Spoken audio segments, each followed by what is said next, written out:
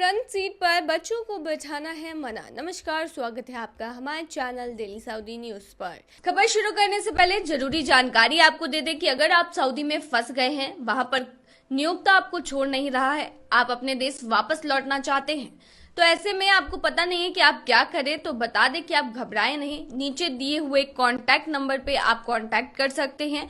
वहां से आपको जो जरूरी हेल्प है वो मिल जाएगी। कानूनी प्रक्रियाओं के तहत सारी कार्रवाई करके आपको महज 3 से 4 दिन के अंदर खरूज लगाकर वापस अपने देश सही सलामत पहुंचा दिया जाएगा। तो दिए गए नंबर पर आप संपर्क कर सकते हैं।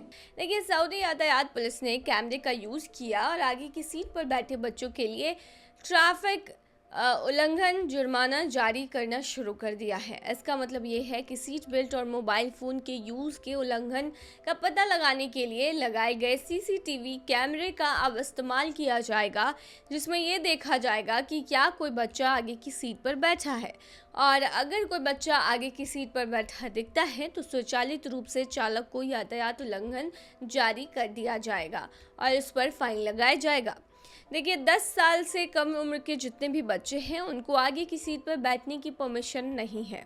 आगे की सीट पर बैठे बच्चों के लिए यातायात उल्लंघन का जुर्माना 300 से 500 सऊदी रियाल तक होता है, और अगर बच्चा सीट बेल्ट नहीं पहन रहा है तो 150 सऊदी रियाल से 300 सऊदी रियाल का इसके अतिरिक्त जुर्माना आपको लगता है।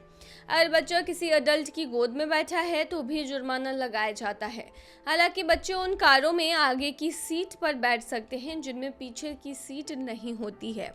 इसके अलावा यातायात पुलिस को कार में चढ़ने से पहले बच्चों को कार सुरक्षा सीटें प्रदान करने की भी आवश्यकता होती है।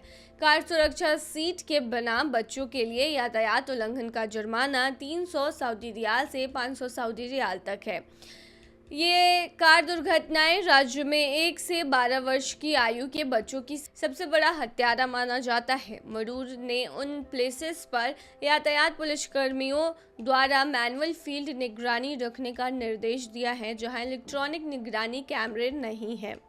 तो जैसा कि देखा आपने, आमतौर पर देखा जाता है कि जब भी कोई हादसा होता है तो उसमें जो आगे लोग बैठे होते हैं उनको सबसे ज़्यादा नुकसान होता है।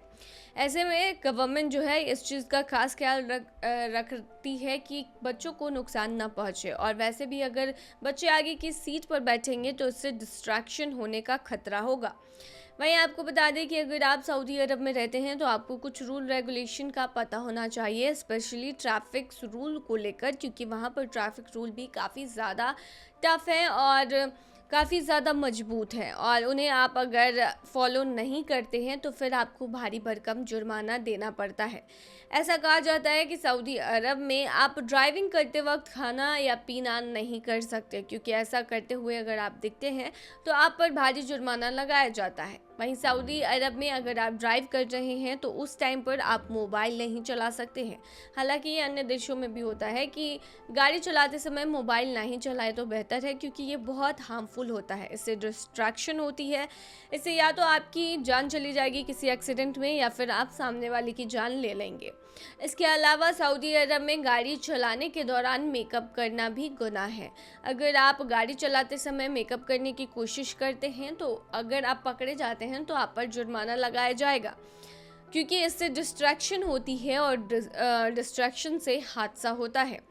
तो ये कुछ नियम जो है वो सऊदी अरब में ड्राइविंग करते वक्त खास ख्याल रखा जाता है। इसके अलावा भी कई सारे ट्रैफिक रूल्स हैं वहाँ पर जिन्हें आपको फॉलो करने पड़ते हैं, जिसमें ये भी एक रूल है कि आप 10 साल से कम उम्र के बच्चों को आगे की सीट पर नहीं बिठा सकते हैं। अगर बिठाते हुए दिखते हैं सीसीटीवी कैमरे में, अगर आप नज़र आते हैं तो आप पर 500 रियाल का जुर्माना लगा दिया जाता है। तो ये थी तमाम जानकारी। बने रहिए ऐसी तमाम खबरों के लिए डेली सऊदी न्यूज़ पर।